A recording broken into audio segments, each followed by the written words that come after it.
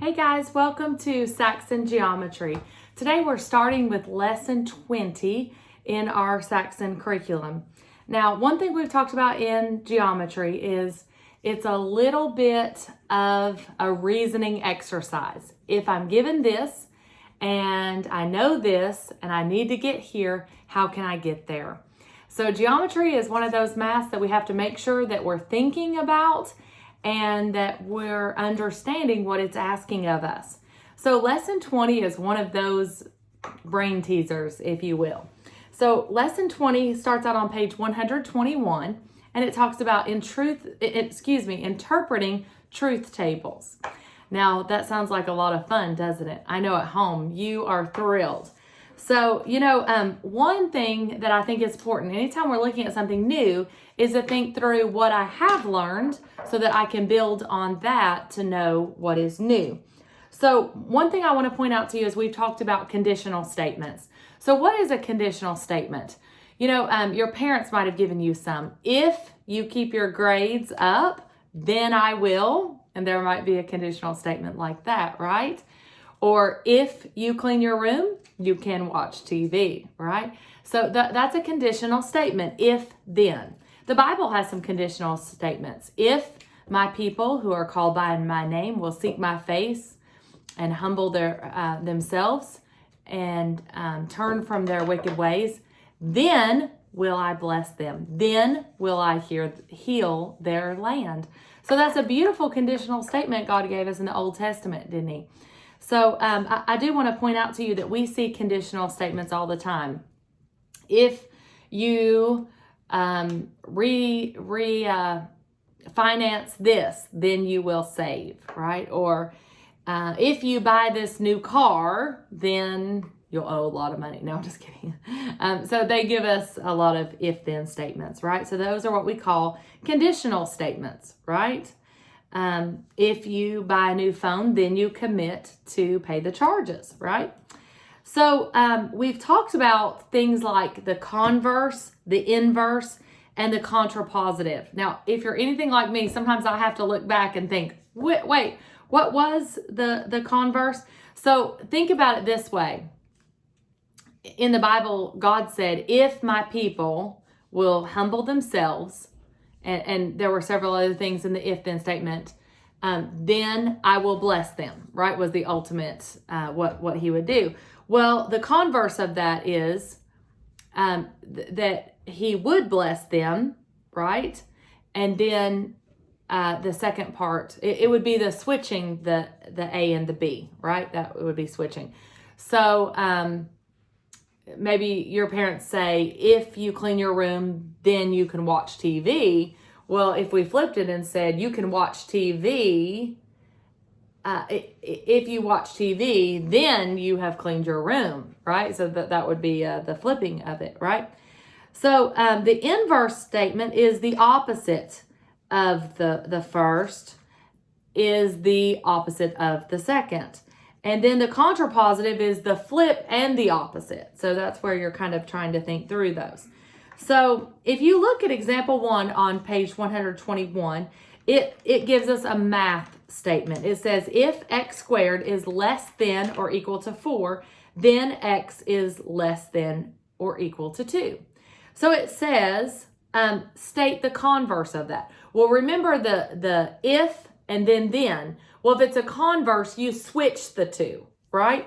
So it says just switch it. It would be if x is less than or equal to 2, then x squared is less than or equal to 4. So all that you're doing is paying attention to what it's asking and then knowing which statement would go first, which would be the if and what would be the then. Now, it says now they want to know if the statement and the converse is true. So if we look at the statement and we solve it, x is less than or equal to 2. That's true. So the first statement is true. We can solve it and know it's true. But the second statement, the converse, it says, would the converse be true? Well, they showed a counter example. And you'll remember that last week we talked about counter examples. A counterexample is something that you could plug in to show whether it might not be true. So they gave the example if x is -3. Well, think about -3 is less than or equal to 2, because on a number line, if I'm looking at 2, 0 is less than 2, and then -3 would be a lot less, right? But if I plug that in, -3 squared, -3 squared would become +9. Is 9 less than 4? No.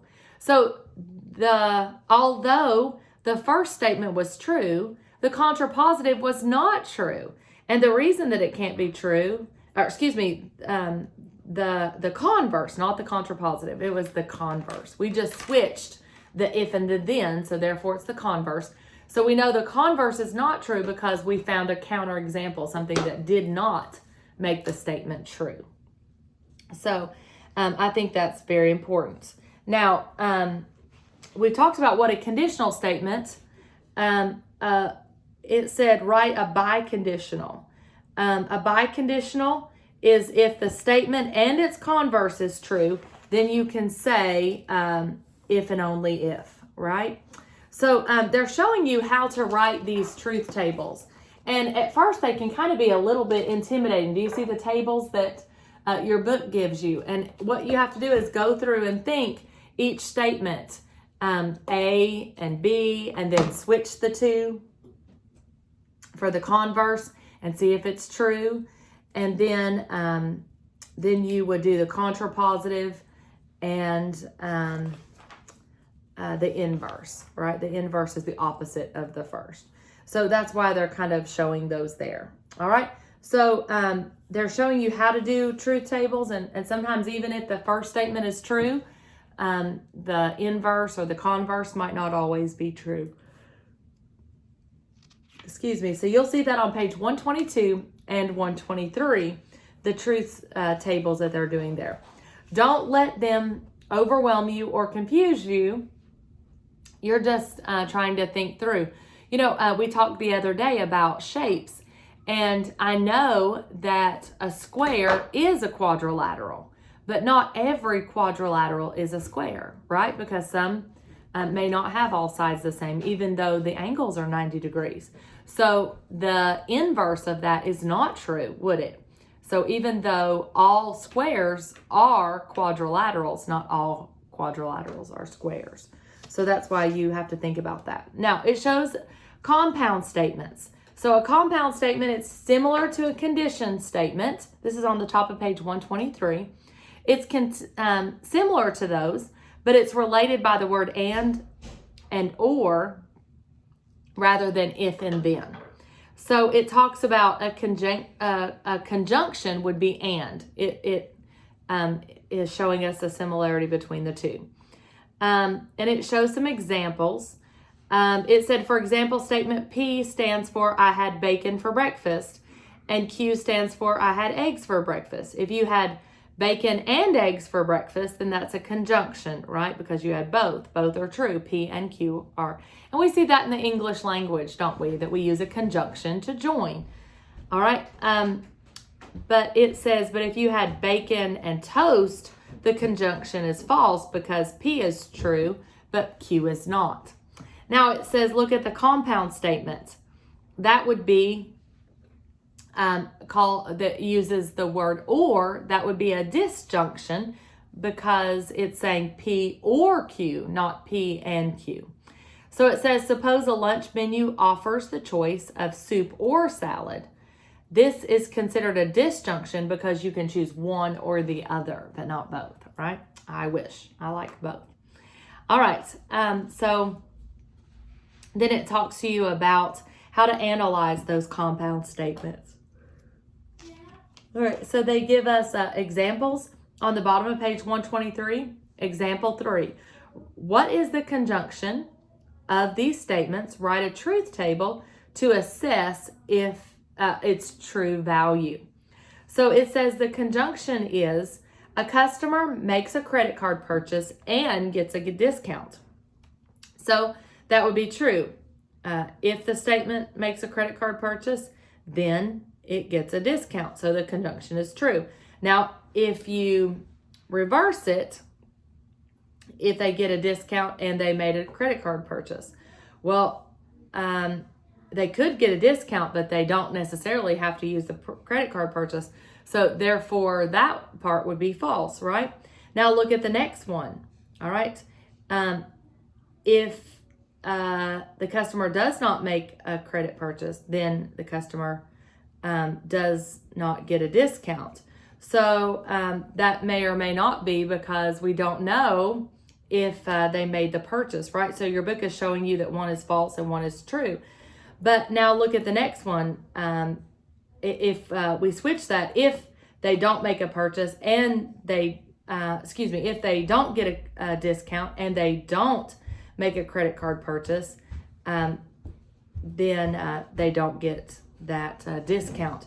So it's false because they haven't done anything, so they're not going to get anything, right? So it says for the conjunction to be true, the store would have to give a discount, which is the Q is true on credit card purchases. P is true. Discounts are only given on cash purchases, though, so the conjunction is false. So notice we just read the solution part, but we didn't see. It says the clothing store accepts cash or credit, but not personal checks. It gives discounts only on the cash purchases. So that's why it's important to read the original directions. I just read the solution, so I didn't fully understand whether or not they were getting the discount. So that's why it's important. So they can buy things, right, with a credit card, but they're not going to get the discount unless they pay with cash. So a lot of stores do that as incentive because they do have to pay an extra charge for using a credit card. So that makes sense to us, doesn't it? It's logical. So that's why it's important. All right. Now the next one says, what is the disjunction of those statements? So this time it's going to be because it said a customer makes a credit card purchase and gets a discount. So the disjunction would be or. So a customer makes a credit card purchase or gets a discount. So for the disjunction to be false, the sale would have to be a cash purchase with no discount.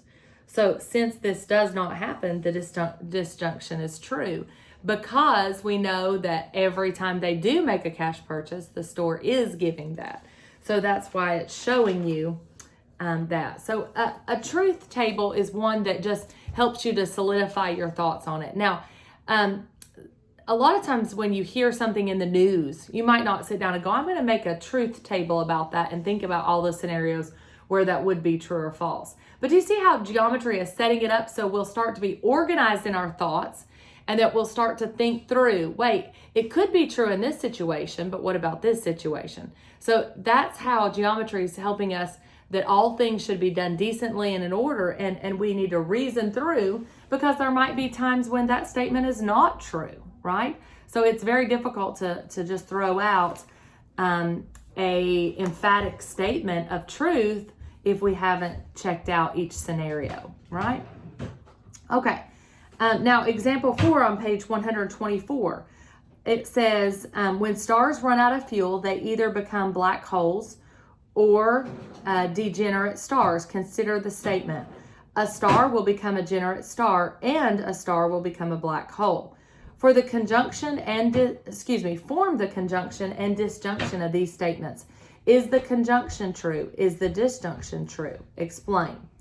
So they show the conjunction. A star will become a degenerate star and a black hole, or a star will become a degenerate star or a black hole. So it wants us to consider which one of those is true, the and or the or, the conjunction or the disjunction.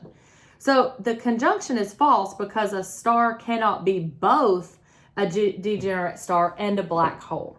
So the disjunction is true because all stars will eventually become either of those, but not both at the same time. So do you see how geometry is logical?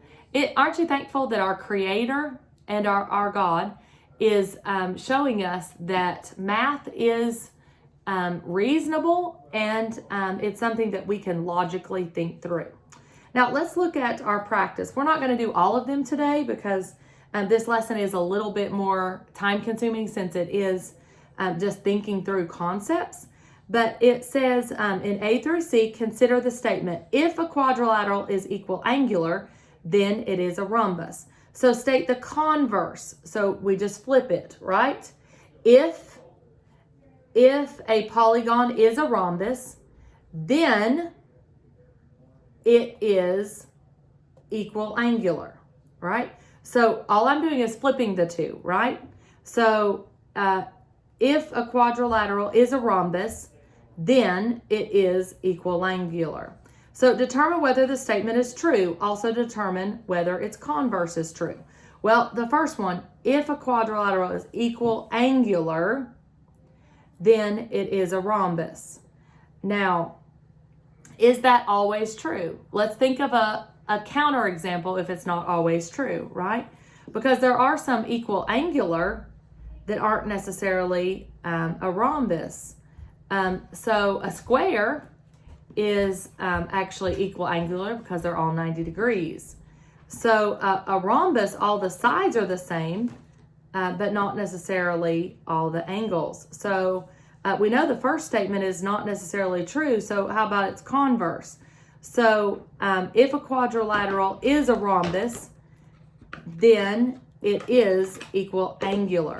It's actually equilateral because all the sides are the same. So write a biconditional statement. If and only if a quadrilateral is equal angular, then and only then it is a rhombus. So again, that's not because the converse and the statement have to be true in order to make a biconditional if and only if. So that's something important to think through.